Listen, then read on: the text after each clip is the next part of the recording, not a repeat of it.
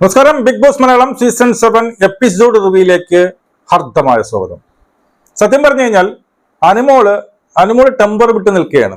അനുമോളുടെ കൺട്രോൾ പോയി നിൽക്കുന്നതാണ് നമ്മൾ എപ്പിസോഡ് അവസാനിക്കുമ്പോൾ, മെയിൻ എപ്പിസോഡ് അവസാനിക്കുമ്പോൾ നമ്മൾ കാണുന്നത്. അതായത് അക്ബർ, ഈ പറയുന്ന നമ്മുടെ അപ്പാനി, പിന്നെ ഒരാളും കൂടെ ഇരിപ്പുണ്ട്, റെന. ഈ റെനെ മൂന്നും കൂടെ ഇരിക്കുമ്പോൾ ഈ അക്ബർ ഈ പറയുന്ന അറിയാലോ, ചൊറിച്ചിലിന്റെ അങ്ങേ അറ്റമാണ്, ആക്ഷേപിക്കലിന്റെ അങ്ങേ അറ്റമാണ്. ഞാൻ രാവിലത്തെ വീഡിയോയിൽ പറഞ്ഞു, ഇത് ഓവർ ആവുമ്പോൾ നമുക്ക് താങ്ങാൻ പറ്റാത്ത രീതിയിലേക്ക് വരും. പിന്നെ നമ്മുടെ ടെമ്പർ തെറ്റും, പിന്നെ നമ്മൾ എന്ത് പറയണമെന്ന് അറിയത്തില്ല. ഇവരവിടെ ഇരുന്ന് ഗൂഢാലോചന നടത്തുന്നുണ്ട്. എന്താണ്, ഇവളെ കൊണ്ട് ഫിസിക്കൽ അസാൾട്ട് ചെയ്യിപ്പിക്കണം എന്നൊരു ഗൂഢാലോചന നടത്തുന്നുണ്ട്. അതില് ഇപ്പോ ഈ അക്ബർ ഇന്ന് രാത്രി ഇരുന്നുകൊണ്ട് അവളെ പറ്റി ഒരു തേങ്ങ പാട്ട് പാടുന്നുണ്ട്. അപ്പോ അനുമോൾ വന്ന് പറയുന്നുണ്ട്, നീയൊക്കെ അനുഭവിക്കും, നിന്റെയൊക്കെ ഉമ്മയും വാപ്പയും അനുഭവിക്കും, ഞാൻ മനസ്സ് നൊന്താണ് പറയുന്നത്, നീയൊക്കെ അനുഭവിക്കും, നോക്കിക്കോ, ദൈവം ഒന്നുണ്ടെങ്കിൽ, ഞാൻ ദൈവത്തെ ഇത്രയും വിശ്വസിക്കുന്ന ഒരാളാണ്, ഉണ്ടെങ്കിൽ നീയൊക്കെ അനുഭവിക്കും. അത് സത്യം പറഞ്ഞു കഴിഞ്ഞാൽ അതിന്റെ ഒരു നമ്മുടെ ഫ്രസ്ട്രേഷന്റെ അങ്ങ് അറ്റം എത്തി അനുമോള്. ആ ഒരു സീന് കാണുമ്പോൾ നമുക്ക് മനസ്സിലാവും ആ ഒരു ഫ്രസ്ട്രേഷന്റെ അങ്ങ് നെല്ലിപ്പലൊക്കെ കണ്ടു നിൽക്കുന്നതാണ്. കാരണം ഇനി അടുത്തത് പൊട്ടിത്തെറിയാണ്. ഇനി അടുത്ത ആര് വന്നാലും ഈ പറഞ്ഞ ഇവരൊക്കെ കാൽക്കുലേറ്റ് ചെയ്തതുപോലെ, ഇവരൊക്കെ ഗൂഢാലോചന ചെയ്തതുപോലെ ഈ റെന വന്ന് ഇവരടുത്ത് കയറി വീണ്ടും ഈ പറയുന്ന ചൊറിയുകയാണെങ്കിൽ ഫിസിക്കൽ നടക്കും. കാരണം ആ ബിഗ് ബോസ് വീടേ തന്നെ നമ്മൾ ചുമ്മാ ഇരുന്നാലും നമ്മുടെ കിളി പറക്കും. അപ്പൊ അതിന്റെ ഇടയിൽ കൂടി ഇത്രയും വലിയൊരു പ്രഷർ വരുമ്പോൾ, 4 സൈഡിൽ കൂടിയും വരുമ്പോൾ കളി കൈവിട്ട് പോകാനുള്ള ചാൻസസ് വളരെ കൂടുതലാണ്. ഇങ്ങനെയാണെങ്കിൽ കൈവിട്ട് പോകും. മനസ്സിലായോ? അപ്പോ ഇവരെ മുമ്പിരുന്ന് പ്ലാൻ ചെയ്ത സംഭവം ഉണ്ടല്ലോ.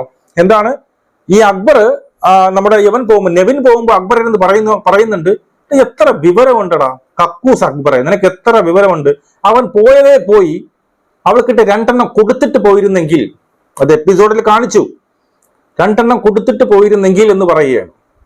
അതുമല്ല, ഈ പറയുന്ന അപ്പാനിയും ഈ അക്ബർ, റെന, നമ്മുടെ ജിസയില്, ആര്യൻ, ഇവരെല്ലാരും കൂടി ഇരുന്ന് പ്ലാൻ ചെയ്യുന്നുണ്ട്. അപ്പാനി പറയുന്നുണ്ട്, എന്ത് ചെയ്യണം, അവളെ കൊണ്ട് അടുപ്പിക്കണം. ആരെ?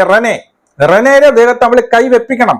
നിങ്ങൾ എന്തെങ്കിലും ചെയ്ത് റെനയെ എന്ത് ചെയ്തു, ഈ അനുമോളെ കൊണ്ട് റെനയെ അടുപ്പിക്കണം. അങ്ങനെയാണെങ്കിൽ ഞാൻ അവളെ പുറത്താക്കാന്ന്. നാണുകെട്ട നെറികെട്ട നാറിയ കളി എന്നുവെച്ചാൽ ഒരു രക്ഷയില്ല, വേറെ ഒരു നിവൃത്തിയും ഇല്ലാത്തത് കൊണ്ട് ചെയ്യുന്നതാണ്. ഇന്ന് അവൾ പാത്രം കഴിക്കൊണ്ടിരുന്നപ്പോൾ പറഞ്ഞ വാക്കുകൾ, പട്ടിയെ പോലെ ഇരിക്കുന്നു. റെന എന്ന് പറയുന്ന ആ വിരലി പിടിച്ച സാധനം, ആ ചീവീട് അവിടെ നിന്ന് പറഞ്ഞ വാക്കുകൾ നിങ്ങൾ കേട്ടിട്ടുണ്ട്.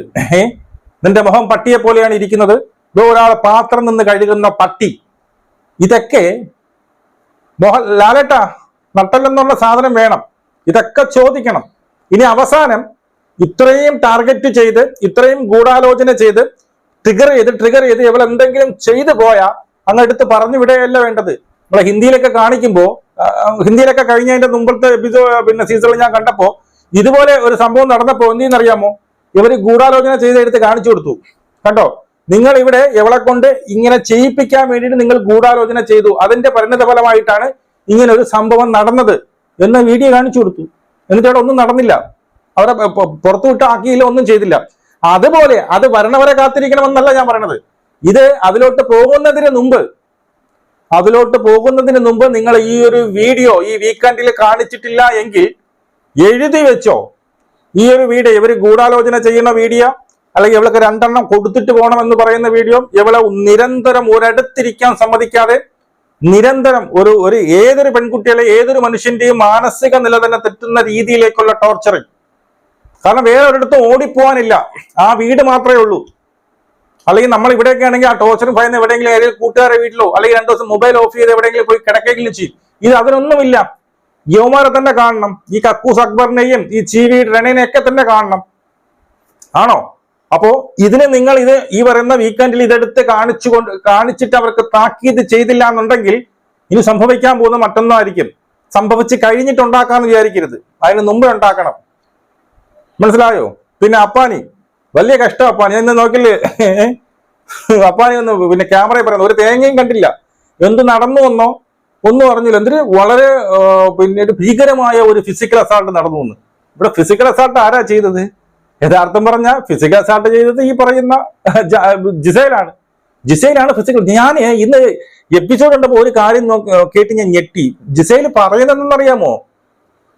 അതായത് ബാഡ് ടച്ചും പിന്നീട് ഗുഡ് ടച്ചും അതിനെക്കുറിച്ച് സംസാരിക്കുന്നത്. ബാഡ് ടച്ച് എന്ന് പറയുമ്പോൾ മനസ്സിലായല്ലോ, ഒരാൾ എന്റെ ചുണ്ടിൽ തൊടുകയോ അല്ലെങ്കിൽ എന്റെ സ്വകാര്യ ഭാഗങ്ങളിലൊക്കെ തൊടും, നമ്മൾ അതിന്റെ ബാഡ് ടച്ച് എന്ന് പറയുന്നത്. ആക്രമണമല്ല, ബാഡ് ടച്ച്. മറ്റൊരു ഉദ്ദേശത്തോടു കൂടി എന്റെ സ്വകാര്യ ഭാഗങ്ങളിൽ തൊടുക. അല്ലെങ്കിൽ ചുണ്ടെന്ന് പറയുമ്പോൾ നമ്മളൊരു സ്വകാര്യ ഭാഗമായിട്ട് തന്നെ, അല്ലെങ്കിൽ നമ്മൾ വേറെ ആരും തൊടാൻ സമ്മതിക്കാത്തൊരു സാധനമാണല്ലോ ചുണ്ട്. അപ്പൊ അവിടെ അവൾ മറ്റൊരു ഉദ്ദേശത്തോടു കൂടി അടിച്ചെന്നല്ല അവൾ പറയുന്നത്. അപ്പൊ അവളെ ട്വിസ്റ്റ് ചെയ്യാണ്. ബാഡ് ടച്ചും ഗുഡ് ടച്ചും എന്ന് പറഞ്ഞാൽ അതിനെ ട്വിസ്റ്റ് ചെയ്യാണ്. ബുദ്ധിയുണ്ട് അവൾക്ക്, മനസ്സിലായി. അപ്പൊ എന്റെ കൺസെന്റ് ഇല്ലാതെ എന്റെ ചുണ്ടിൽ അവൾ എന്ത് തൊട്ടു? അപ്പൊ ഞാൻ പറയാണ്, അവൾ എന്റെ ചുണ്ടിൽ തൊട്ടത് മറ്റൊരു ഉദ്ദേശത്തോടു കൂടിയാണ് എന്ന് ഞാൻ പറഞ്ഞു. പെണ്ണോ ആയിക്കോട്ടെ ആണോ ആയിക്കോട്ടെ, എനിക്ക് അങ്ങനെ തോന്നുന്നു അവൾ തൊട്ടത് മറ്റൊരു ഉദ്ദേശത്തോടെയാണെന്ന് പറയുമ്പോൾ അവിടെ നമുക്ക് ഡിഫെൻഡ് ചെയ്യാൻ പറ്റാതാവും. അപ്പൊ അത് ബുദ്ധിപൂർവ്വമാണ് ചെയ്തത്. അതായത് എവള് പിടിച്ച് തള്ളിയത് എന്ത് ചെയ്യുക, അത് മറയ്ക്കുക. ഈ സാധനം അനുമോൾ ചെയ്തതിനെ പ്രൊജക്ട് ചെയ്ത് മുന്നിലോട്ട് കാണിക്കുക. അതാണ് ജിസൈൽ അവിടെ ശ്രമിച്ചുകൊണ്ടിരിക്കുന്നത്. മനസ്സിലായോ? ആ ക്യാപ്റ്റൻ എന്ന് പറയുന്നുണ്ട് ഭയങ്കര ക്രൂരമായ അതിക്രൂരമായ ഒരു ഫിസിക്കൽ അസാൾട്ട് നടന്നു. എടാ നീ കണ്ടോ? അപ്പാനി നീ കണ്ടോ? അപ്പാനി ഇന്ന് പറയുന്നുണ്ട്, എന്നിട്ട് ഞാൻ 25 സിനിമയിലൊക്കെ അഭിനയിച്ചു, അതൊക്കെ എന്ത് മറ്റവരൊക്കെ സീരിയലിലേക്ക് നടിമാരെയൊക്കെ പുച്ഛിക്കുന്നു. സീരിയൽ നടിമാരെന്തോ അഭിനയിക്കുകയല്ലേ ചെയ്യുന്നത്, നിങ്ങൾ ഈ സിനിമ മാത്രമാണ് വലിയ ഇത്, അവരെയൊക്കെ പുച്ഛിച്ച് തള്ളി. എവിടെ ആര് എവിടെ ഒന്ന് രണ്ട് ഈ കോമഡി സീരിയലിലൊക്കെ അഭിനയിച്ചത് അഭിനയിച്ചതല്ല, അവിടുത്തെ ഒരു കണ്ടസ്റ്റന്റ് മാത്രമായിരുന്നു. പിന്നെ ഒരു ചെറിയ റോള്. ഞാൻ അങ്ങനെയല്ല, ഞാൻ 25 സിനിമ അഭിനയിച്ചിട്ടുണ്ട്, തമിഴ് ഉൾപ്പെടെ എന്നൊക്കെ പറഞ്ഞു വീമ്പടക്കുന്ന അപ്പാനിയെ കണ്ടു. മനസ്സിലായി? അല്പത്തരം എന്ന് പറയും ഇതിനെ, അല്പത്തരം. മനസ്സിലായോ? അഹങ്കാരമുള്ളവൻ, സ്വയം അഹങ്കരിക്കുന്നവനാ. ഇതൊക്കെ ഈ അഹങ്കാരം എന്ന് പറഞ്ഞ നാശത്തിന്റേക്കുള്ള തുടക്കമാണ്. എളിമയുള്ളവനെ ജീവിതത്തിൽ മുന്നേറുള്ളൂ. മനസ്സിലായോ? ഈ അഹങ്കരിച്ചുകൊണ്ടിരിക്കുന്ന ആരും ജീവിതത്തിൽ മുന്നേറില്ല. അതാണ് ഇപ്പൊ കണ്ടുകൊണ്ടിരിക്കുന്നത്. അതാണ് ഇപ്പൊ കണ്ടുകൊണ്ടിരിക്കുന്നത്. ഇനി നെവിന്റെ കേസിലേക്ക് വന്നു കഴിഞ്ഞാൽ നെവിൻ തിരിച്ചെത്തി എന്നാണ് അറിയാൻ സാധിക്കുന്നത്. നെവിൻ എന്ത് ചെയ്തിട്ടുണ്ട്? പറയുന്ന ബിഗ് ബോസ് വീട്ടിലേക്ക് കയറിയിട്ടുണ്ട്.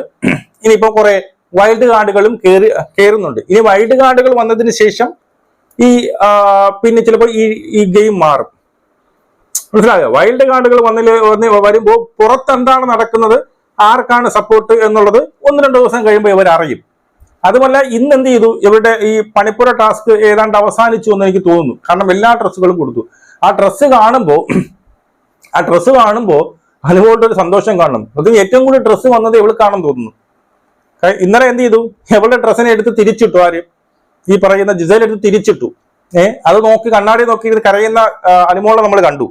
അതിന്റെ മറുപടി ആയിട്ട് ഇപ്പൊ മൊത്തം കൊടുത്തു അവൾക്ക്. ജിസൈലിന് ഒരു തേങ്ങയും കിട്ടിയില്ലെന്ന് എനിക്ക് തോന്നുന്നത്. കുറെ ഡ്രസ്സുകൾ കൊണ്ട് ഇടുന്നത് കണ്ടു, അറിയില്ല. എന്നിട്ട് അവിടെ ലാസ്റ്റ് വീണ്ടും വേറൊരു പ്രശ്നം. നമുക്ക് അവസാനം നമ്മൾ എന്താ കണ്ടത്, അവളെ എന്തോ കിറ്റ് കാണാനില്ല. അതായത് കുളിക്കാനുള്ള സാമഗ്രികളാണ്. ഞാൻ മറ്റാരെ കിറ്റ് വെച്ചാണ് ഞാൻ കുളിച്ചത്. അതായത് ഷാമ്പു അങ്ങനെയുള്ള സാധനങ്ങൾ അടിച്ചു മാറ്റി. അത് ജിസൈലിന്റെ നേതൃത്വത്തിലാവുമെന്നാണ് ജിസൈലിന്റെ ആ ഒരു ബോഡി ലാംഗ്വേജിൽ എനിക്ക് മനസ്സിലാവുന്നത്. ആരും ആദ്യം പറയുന്നുണ്ട് എനിക്ക് അറിഞ്ഞൂടാ, പാതിരാത്രി അങ്ങനെ തന്നെ വേണം. കാരണം എന്താണ് പറയുന്നത്, ഈ പറയുന്ന അനുമോളുടെ ടെമ്പർ തെറ്റി നിൽക്കുക. അവിടെ രാത്രിയോ പകലൊന്നുമില്ല, എന്റെ സാധനം എന്തിനു അടിച്ചു മാറ്റിയത്? ജിസൈലിന് അത്രയ്ക്ക് അസൂയയുണ്ട്, കുശുമ്പുണ്ട്. ജിസൈലിനെ കിട്ടിയില്ലെങ്കിൽ അവൾക്കും കിട്ടരുത് എന്ന് പറഞ്ഞുകൊണ്ട് ജിസൈലിന് ഇതിന് ബന്ധമുണ്ട്.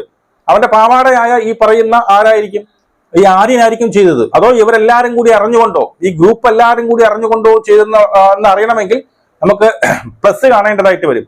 BB പ്ലസ് കണ്ടാലേ അതിന് കൃത്യമായിട്ട് നമുക്ക് മനസ്സിലാവാൻ പറ്റുള്ളൂ. അപ്പൊ എന്തായാലും ഈ ഒരു വാശി വൈരാഗ്യം ഇപ്പോഴും നിലനിൽക്കുന്നു. ജിസൈൽ ഈ രാത്രി തന്നെ നിനക്ക് വേണോ എന്ന് ജിസൈൽ ചോദിക്കണമെങ്കിൽ ജിസൈലിന് കൃത്യമായിട്ട് അറിയാം. അടിച്ചു മാറ്റി വെക്കണ അത് ഞാൻ പറയും, അനുമോൾ ചെയ്ത് ശരിയല്ല, അവിടെ പറ്റി തന്നെ തീർക്കണം. അങ്ങനെ കളിക്കണ്ട എന്നുള്ളത് തീർക്കണം. എന്തായാലും ഇത് പോകുന്നത് ഒരു ഡേഞ്ചർ ആയിട്ടുള്ള ഒരു സിറ്റുവേഷനിലേക്കാണ് പൊയ്ക്കൊണ്ടിരിക്കുന്നത്. അനുമോളുടെ ടെമ്പർ തെറ്റി നിൽക്കുകയാണ്. ഇനിയിപ്പോ ആരെങ്കിലും വന്ന് ഈ പറയുന്ന ഈ നമ്മുടെ റെനെ പോലെയുള്ള ആൾക്കാർ വന്ന് ചൊറിയാൻ നിന്ന് കഴിഞ്ഞാൽ അവള് വെറുതെ നിൽക്കത്തില്ല, ചിലപ്പോൾ അടി വരെ പറ്റിച്ചു എന്നിരിക്കും. അതാണ് അവർക്ക് വേണ്ടത്. പിന്നെ ഒരു സന്തോഷം എന്ന് പറഞ്ഞാൽ ഇവർ ഇത് മുമ്പേ പ്ലാൻ ചെയ്ത് നമുക്ക് കിട്ടി, അതുകൊണ്ട് ഇത് വെച്ച് വാദിക്കാം എന്നുള്ളതേ ഉള്ളൂ. ഞാൻ പറഞ്ഞ ബിഗ് ബോസിന്റെ അടുത്ത് എനിക്ക് പറയാനുള്ളത്, ഇത് ആ ഒരു ലെവലിലേക്ക് എത്തുന്നതിന് മുമ്പ് നിങ്ങൾ തന്നെ ഇതിനൊരു തടയിടണം.